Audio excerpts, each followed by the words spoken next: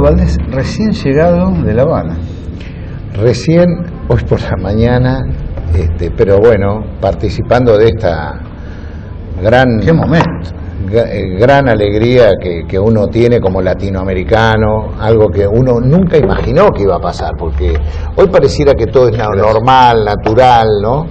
Pero yo me acuerdo que me enteré el 10 de diciembre, ese fue el día que se anunció públicamente que el Papa iba a mediar entre Cuba y Estados Unidos. Fue una conmoción que nosotros estábamos ahí, miren, la que le pasó a todo el mundo, y hoy parece una cosa fácil, pero es como me acostumbra al menos el Papa, yo que estoy a 200 metros de donde se anuncian lo que va a pasar durante el día, y yo juro que todos los días, 11:30 de la mañana, el padre Lombardi, que es el vocero del Papa, anuncia qué va a suceder, y siempre me sorprende, nunca, o sea, son cuestiones que uno hubiera deseado que sucedieran 20 años antes, y este hombre las hace tan natural que no son naturales, porque esta es la verdad.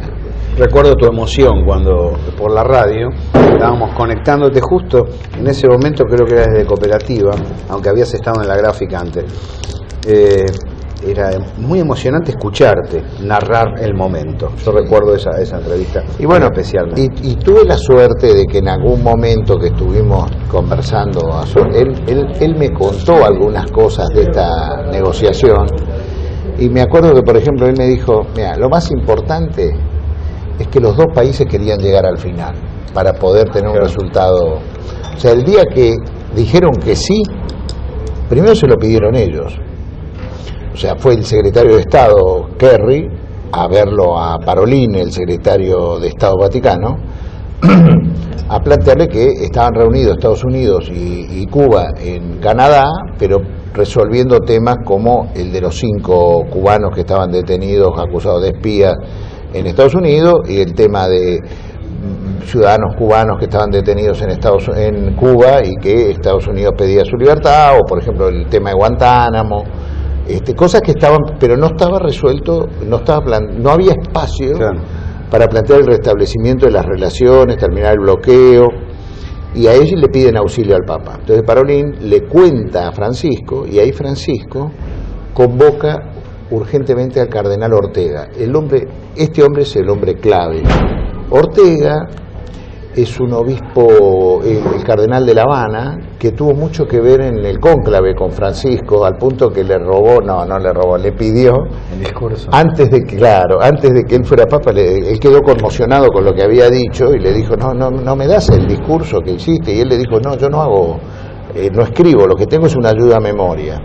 Y le sacó la ayuda a memoria, y después cuando fue electo Papa, él llegó a La Habana y lo colgó en internet y dijo, a mí el Papa me dio lo que dijo, y quedó siempre una relación de mucha, y ayer le ha dado mucha jerarquía en la misa Francisco a Ortega, entró con él en el Papa Noel. Incluso ayer en un reportaje en Página 12 a Ortega, me llamó la atención porque Ortega hace una crítica a las damas de blanco, que son una especie de institución de la oposición en Cuba. Bueno, Ortega tuvo cuando creo que es el día de ya el activo mediador, el último aniversario de la independencia de Estados Unidos, Ortega va a la embajada o a la representación diplomática que existía en ese momento de Estados Unidos, y ahí las damas de blanco lo increpan, esto es público, y Ortega les explica, le dice, miren, pero dice que yo no me he olvidado de ustedes, pero estoy en este tema que es un tema que me parece que va a resolver de fondo los demás problemas, pero no me pidan que yo me haga. Y en aquel momento lo criticaron, pero bueno, él ha sido el hombre que llevó adelante esta negociación, y lo lindo es esta situación, ¿no? Cuando Kerry va y el Papa decide aceptar, él lo convoca a Ortega, que estaba en Cuba, y le entrega una carta exactamente igual en inglés y en español, para que él primero en persona se la dé a Raúl Castro y que en persona le conteste a Raúl Castro. Y le da una carta en inglés para que él sea también el que se la lleve a Obama. Generó celos del clero norteamericano, pero el hombre fue el emisario del Papa, y cuenta que Castro la leyó y a los 3 minutos le dijo que sí. Obama había dicho que sí antes, porque ellos habían ido a pedir por día Kerry esto, y a partir de ahí hubo una gran voluntad política, y bueno, pero me gustó mucho que el Papa comience la gira por Cuba, me parece importante, me pareció muy bueno la invitación a la presidenta Cristina Fernández de Kirchner, ¿no? Que el pueblo cubano quiere mucho a los argentinos, realmente parecíamos que estábamos en casa, con mucho afecto hacia ella, y ver la emoción y la alegría de los cubanos. Miren, Cuba, esta islita, los últimos 3 papas visitaron la isla las 3 veces. ¿Viste el encuentro de Fidel con el Papa Francisco? Sí, claro, bueno, eso fue... ¿Qué emoción? ¿Qué te generó?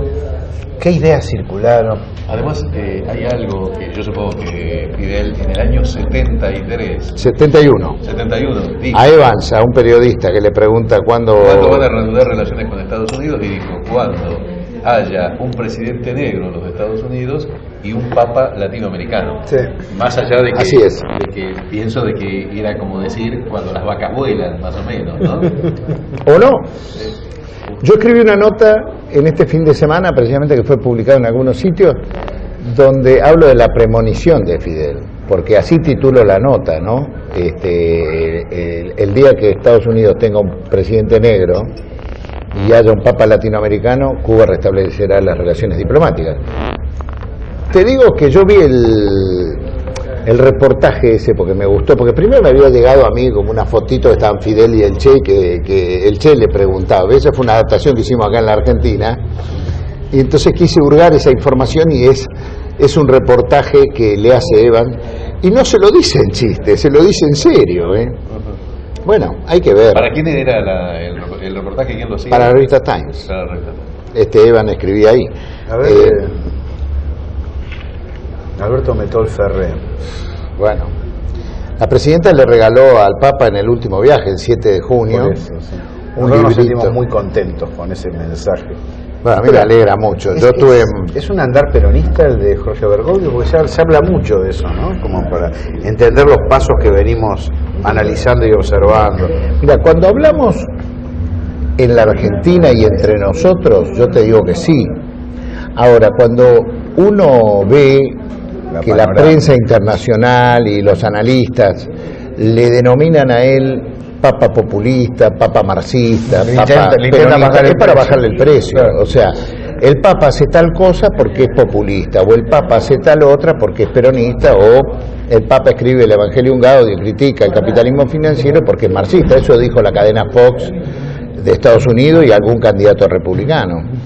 The Economist es el que lo trata de papa peronista, y el papa populista, yo me acuerdo que fue, bueno, un diario, El Libero, que correspondía más a una interna de las orgas católicas vaticanas, ¿no? Una filo Opus Dei.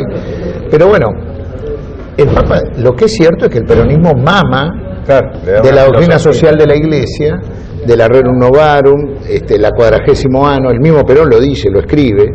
Inclusive había un cura, un obispo, que creo que era del Chaco o de Jujuy, de uno de estos dos países, de estas dos provincias, que Perón lo consulta, que le manda en el año 46 la doctrina, y esto le valió que al cura lo acusaran de peronista. Entonces Perón le dio bronca, y ponele que el cura se llamaba Requeijo, ¿no? Yo no me acuerdo del apellido ahora.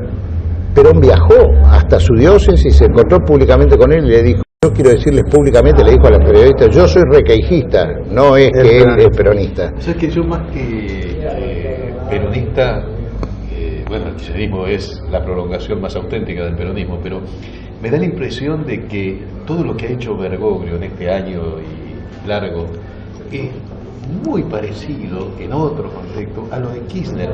¿Por qué? Porque Kirchner llega con una gran debilidad de origen, y Bergoglio llega al Vaticano después de un papado ultraconservador. De manera que vienen a cambiar, y esos primeros días, los gestos, tanto de Kirchner como de Bergoglio, fueron muy sintomáticos del cambio que se avisoraba. Yo creo que yo voy a desmitificar un poco a Jorge Bergoglio, pero es muy lindo lo que, como él lo dice, porque está en eso, tiene austeridad, ¿no? Dice, llamó la atención, dice, el día que salí al balcón ahí de la Vemos Papa, que yo estaba con mis zapatos, dice, pero es que yo no me voy a cambiar de zapatos porque yo soy de pie plano y él usa una... Dice, son gomicuer. Se quedó en el gomicuer, diríamos nosotros. Nosotros seríamos, se quedó en el 45. Bueno, después, ¿cómo él vive? Bueno, esa es la autenticidad de él.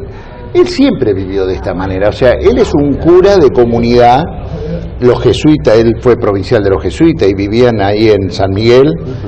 Y vivían como vive él en Santa Marta. O sea, cada uno tenía una habitación, después había un espacio común, se acostumbra a que cada uno se sirve la comida, van a un lugar, se sirve la comida, lava uno por día los platos, o sea, él está acostumbrado a eso. Y cuando él fue arzobispo de Buenos Aires, él como obispo auxiliar primero de Cuarrachino, empezó a vivir en una de esas también cuartos que hay al lado de la catedral.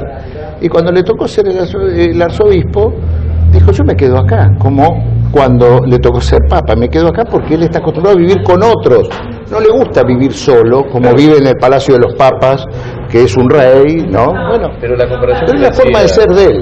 Eduardo, la comparación que te hacía era en el sentido de la debilidad de Kirchner y el cambio que había que producir en el Vaticano. Bueno, claro. Pero aparte, tanto Kirchner hizo como presidente de la Nación cosas que incluso eran contrarias cuando era gobernador de Santa Cruz, y en el caso de Bergoglio también cuando se convierte en papa, ¿no? El tema acá... Bueno, aquí ahora el poder lo tienen ellos. A ver, eso lo hemos hablado alguna vez. En broma él te dice, bueno... Es lo contrario a la teoría de Baglini. Ahora sí lo podemos hacer. Ahora sí, esa es la idea. Es muy bueno esa afirmación. Alguna vez alguien le preguntó, usted en Buenos Aires tenía esa cara de vinagre. Exacto, sí. Y acá se lo ve, y la alegría que tiene es una alegría tan auténtica, le sale de las tripas, ¿no? Como que él hubiera nacido para hacer esto. Y él dijo, bueno, ¿cómo? Escúchame, dice, es más lindo ser papa que arzobispo de Buenos Aires, dice, pero como que él sabe, a ver, un hombre que a los 76 años y medio, su mandato estaba vencido de los 75, que corresponde la renuncia apostólica, que él la hizo, Benedicto nunca se la quiso aceptar. Yo les digo que hubo gente que militaba con mucho poder adentro para que se la aceptaran el mismo día del cumpleaños. Te hablo del secretario de Estado Bertone, te hablo del nuncio apostólico en ese momento acá, Bernardini, que inclusive ya tenían el sucesor. Y sin embargo, Benedicto nunca quiso, siempre lo trató como un primus inter pares, al punto que cuando es el cónclave, después que él abdica, al primero que recibe es a Jorge Bergoglio. O sea, y vos sabés que hurgando un poco las cosas de Benedicto, la historia, a mí hay cosas que me sorprenden. Por ejemplo, tuve la suerte de charlar bastante con Leonardo Boff o con el padre Gutiérrez, los creadores de la teología de la liberación, y le tienen un gran respeto intelectual a Benedicto, porque no fue él, era más el pontífice, lo que está escrito por Benedicto. Bueno, de que todo dice que desde el punto de vista teológico es un hombre muy sólido. Al punto él no tal estuvo que en contra de la teología de la liberación. El principal asesor no hay ningún documento de él que en contra de esto. ¿No era el principal asesor acaso de Juan Pablo II? Bueno, no era el principal asesor, era el prefecto de la Congregación de la Fe, era... En otros tiempos podría ser cuando vino el oscurantismo, ¿no? Pero en este caso... El duro era Juan Pablo II, que venía de un país comunista y que igual yo creo que pero no hay documentos escritos por Benedicto condenando la teología de la liberación. No hay documentos escritos. Lo que yo creo que la imagen generada por el origen tiene mucho que ver. Se necesitaba aires latinos, se necesitara abrir el juego. Independientemente de lo que pensara Benedicto, no dejaba de ser un alemán en su es que la iglesia presencia de la comunidad. A ver, la iglesia, creo yo, que los últimos 7 años de Juan Pablo II, que estuvo con una senilidad avanzada, sumado a Benedicto, que era un académico, porque él era un académico, no le ibas a pedir otra cosa a un hombre que se había hecho en las bibliotecas, pero aún así la renuncia que hace, el abdicar, es por cuestiones pastorales, se la bancó cuando tuvo que, lo quisieron llevar por delante con cosas que él no estaba de acuerdo, dijo no, hasta acá llego, yo no tengo todo el poder ahora, pero plantó aquella renuncia que sorprendió al mundo, ¿no? Te voy a hacer voy a plantear algo que dicho por TN ayer, y poniendo quién lo dijo Nelson Castro, que está en Cuba. Sí, lo vi. Diciendo que es absolutamente intrascendente la presencia de Cristina Fernández en La Habana. Bueno, tal vez sea la de Nelson Castro, bastante intrascendente, ¿no? El tema es que qué concepto le da él a la palabra intrascendente, no entiendo. A ver, la presidenta fue invitada por el jefe de Estado de Cuba, Raúl Castro, con la anuencia del Vaticano. Y para nosotros es un gran orgullo cada vez que la presidenta, a ver, yo como embajador, cada vez que puedo lograr un encuentro entre la presidenta y el Papa, para nosotros es un gran orgullo. ¿Será que había algunos que avisoraban otros tiempos, otros momentos, les hubiese gustado que haya un enfrentamiento? Y bueno, prefiero que sigan habiendo momentos intrascendentes a que por ahí lo trascendente sería que el Papa no la reciba a la presidenta o que la presidenta no reciba al Papa. Por ahí ellos ven que esos serían los momentos trascendentes. Yo particularmente me quedo como están las cosas, con el gran orgullo de que digo a cualquiera que los últimos 2 años y medio, los años de Francisco, es el mejor momento de la relación entre un jefe de Estado de la Argentina y un jefe de Estado del Vaticano. Ha habido, esta es la 7ª reunión entre los dos jefes de Estado, con récord de tiempo de reunión, porque en el Vaticano se fija mucho eso, el protocolo, cuánto tiempo, tanto en los almuerzos que la presidenta ha tenido con el Papa, de 2 horas 30 el primero, 2 horas 50 el segundo y 3 horas 10 el último, que fue aquel famoso el 20 de septiembre, que fueron los muchachos con las camisetas. Yo particularmente traje la carta de invitación a la presidenta, que acá se dieron todo tipo de muchas cosas intrascendentes, diría el doctor Castro, que para nosotros fueron trascendentes, pero después, el 7 de junio, que también acá hubo mucho ruido por esa reunión, todos auguraban una reunión intrascendente, para decírtelo, decían de 10 minutos, como que era de cortesía, y la verdad es que el Papa, al enterarse que la presidenta Cristina Fernández de Kirchner iba a recibir un premio en las Naciones Unidas para la alimentación en la FAO, en Roma, dijo, quiero ver a la presidenta, y es lógico, a ver, lo normal es lo que pasó, no lo anormal hubiera sido que la presidenta esté en Roma y no siquiera se encuentre con el Papa. Entonces, y esa reunión, a pesar de ello, duró 1 hora 48, sin almuerzo de por medio, con un escritorio. El récord de una audiencia de pontífice con jefe de Estado había sucedido 3 semanas antes. En ese mismo escritorio, Raúl Castro, 58 minutos, frente a los 55 que tuvo Obama, con traductor mediante. Entonces, para nosotros es un orgullo que pasen estas cosas.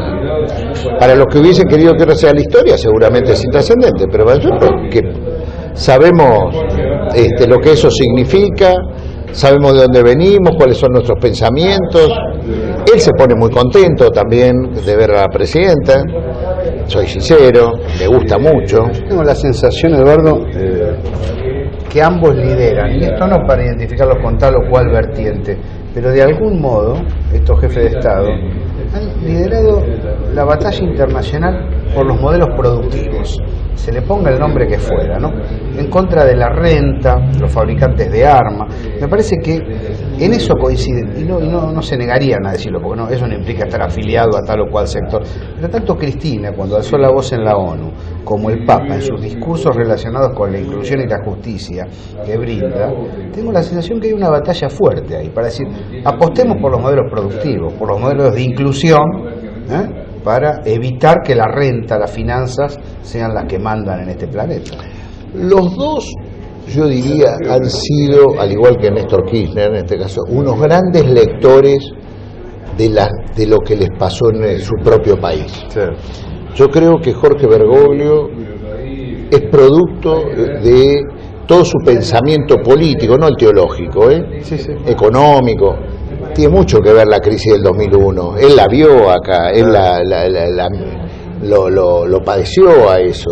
Y siente que cuando lo que ve que está pasando en Grecia, lo que está pasando en España, en Portugal, es un final anunciado si no se modifican las cosas de origen de lo que pasó en su propio país.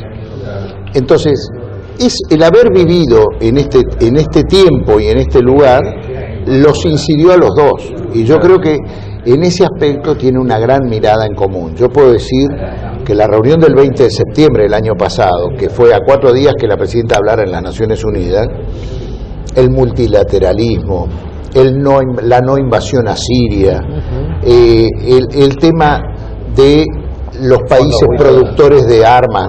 El último, Francisco, una semana antes de irse a Cuba, ha hecho definiciones terribles que yo creo que las va a repetir en Naciones Unidas. El gran discurso político, creo que va a fijar él ahí, va a ser el de Naciones Unidas, donde él dijo que las guerras son producto de que hay alguien que hace mercancías con las armas, que las fabrican, que las venden, y esos son los que atentan contra la paz, no los grupos que después terminan enfrentados entre sí.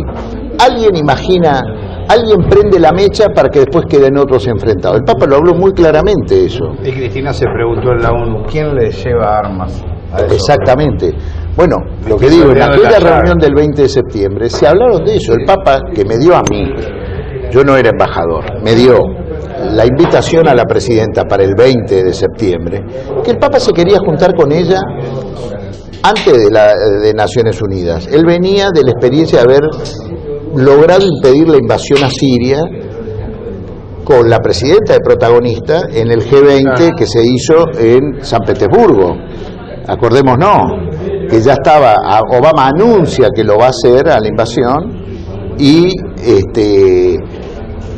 en una jugada que hace el Papa de mandar una carta al G20 que estaba presidido en ese momento por Vladimir Putin, a quien Rusia, el Papa no conocía, muy importante, a quien el Papa no conocía. Yo creo que ahí, no sé si no hizo de puente la presidenta en esa situación, y entonces el efecto de San Petersburgo fue que no hubo invasión a Siria. Eso valora mucho el Papa, de cómo él pudo resolver esa situación. Que la presidenta esté en el día que él va a hacer el final de obra del primer puente, de todos los puentes que le ha lanzado a construir desde el 13 de marzo del 2013, porque yo caratulo que lo que sucedió ayer en Cuba y lo que va a terminar culminando en Washington es el primer final de obra de uno de los varios puentes que él ha empezado a construir y destrucción de muros. El primero es Cuba, Estados Unidos. Le queda Palestina, Israel, le queda Corea del Sur, Corea del Norte, le queda Turquía, Armenia, Ucrania, que también habló bastante de ese tema, Túnez. El diálogo por Malvinas. ¿No sería...? El diálogo por Malvinas, bueno, no, él, por supuesto, y él tiene un canciller inglés, qué sé yo, pero todavía no está planteada una mediación ahí, porque para eso tiene que haber dos que se quieren sentar en una mesa. Vos tomás lo que yo te conté al principio, pero con lo que ya lleva hecho, indudablemente la posibilidad que obtenga el Premio Nobel de la Paz no está lejano, y sería extraordinario para la Argentina que ese Premio Nobel de la Paz sea compartido entre el Papa Francisco y las abuelas de Plaza de Mayo. Yo te voy a decir una cosa. Deja que se la gane Estela y las abuelas. El Papa no necesita el Premio Nobel de la Paz y las abuelas sí la necesitan. Particularmente, yo no sé, me meto en cada lío. Yo hablé mucho con él porque voy a hacer una confesión. Cuando yo fui la primera vez a verlo, cuando era Papa el 5 de julio del 2013, viajamos con Alicia Oliveira, que era su gran amiga, junto a los familiares de víctimas de AMIA, Sergio Burten y todo el grupo de Olga Dektiar, Daniel Komarowski, eran 7 ellos. Son los familiares de las víctimas de la AMIA muy críticos de todo el accionar del fiscal Nisman. Bueno, perdón, vamos a ser justos, porque después me tocó volver a hablar con el Papa de eso. los tres grupos de familiares de víctimas de AMIA, ellos 18J, Memoria Activa y APEMIA, los tres son muy críticos. Los únicos que están...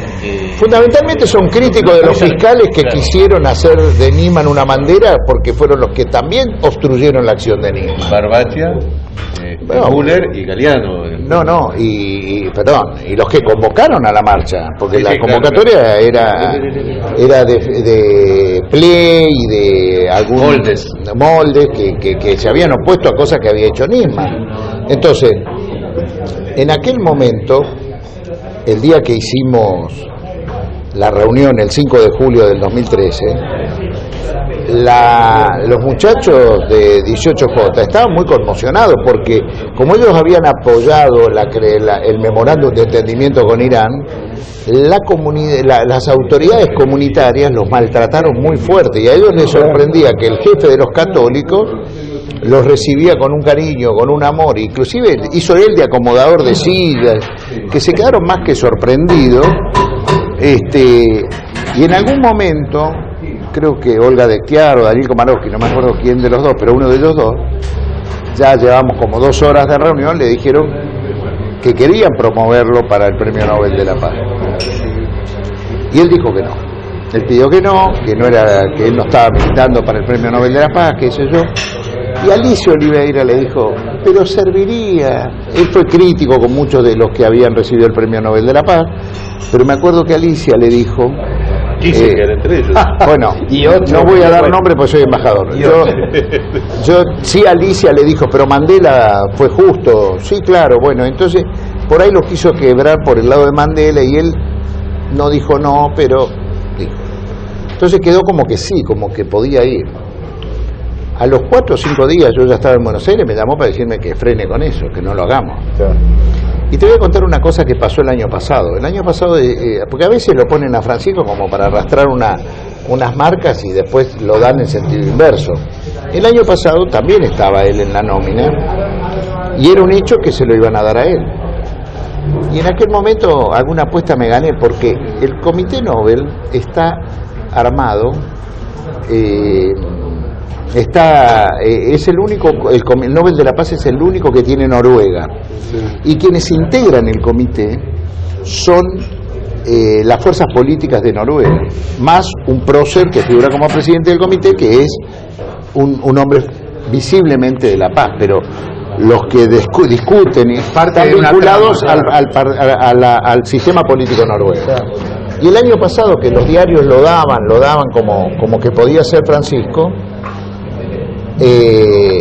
yo me gané una apuesta porque 2 semanas antes veo que el secretario general de la Alianza Atlántica, la OTAN, era un ex primer ministro noruego. Y estaba visitando a Erdogan en Turquía para que invada Siria. Era difícil que se la den al Papa si el planteo que estaban haciendo la Alianza Atlántica de Europa era invadir Siria. ¿Y a quién se lo dieron? Gente muy noble, pero que había sido víctima de estos talibanes o estos yihadistas, que era una chica que había quedado mutilada, ¿no? Sí. Bueno, entonces todo tiene que ver con todo. Eduardo, 2016, Argentina, después del ciclo electoral, ¿sos optimista? ¿Tenés un cuadro de situación más o menos sobre cómo puede evolucionar la realidad política? Yo creo que se está camino a renovar los mandatos, en el sentido de que me parece que puede ganar, está para ganar en primera vuelta. Los números que he visto antes de irme a Cuba, que pasé un día por Argentina, vi 3, 4 encuestas que el PRO había reducido del 30 al 26, no sé si ustedes vieron lo mismo. Tiene un techo muy bajo. Y el 40,1, 41, 42 del Frente para la Victoria. Me parece que es una cuestión natural, uno lo siente.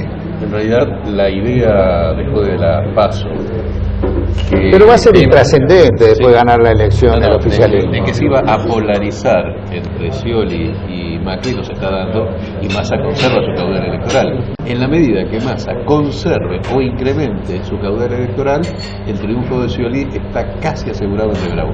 ¿Y está asegurada la continuidad del proyecto nacional? ¿Pensás que con una elección de esa naturaleza, Frente para la Victoria, va a continuar el desarrollo de la década productiva que hemos conocido hasta ahora?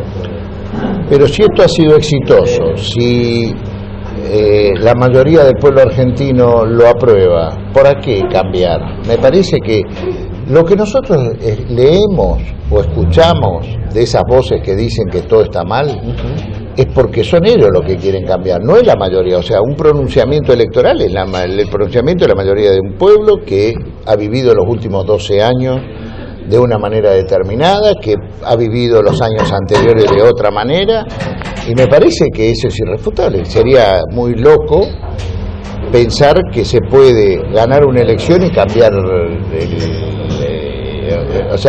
cambiar el programa por el cual uno llegó, me parece, ¿no?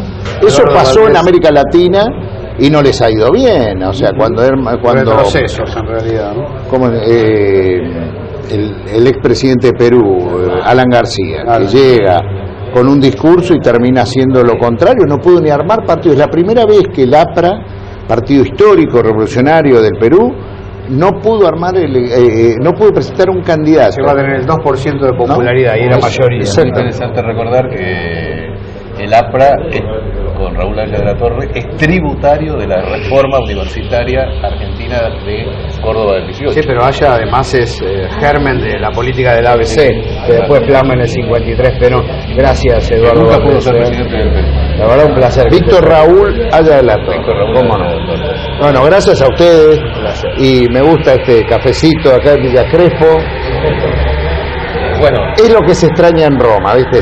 Hay buenos cafés, pero te quiero decir que esta charla ya, además, los olores no son los mismos. El café ese lungo es diferente al de acá, ¿no? No, sí, totalmente.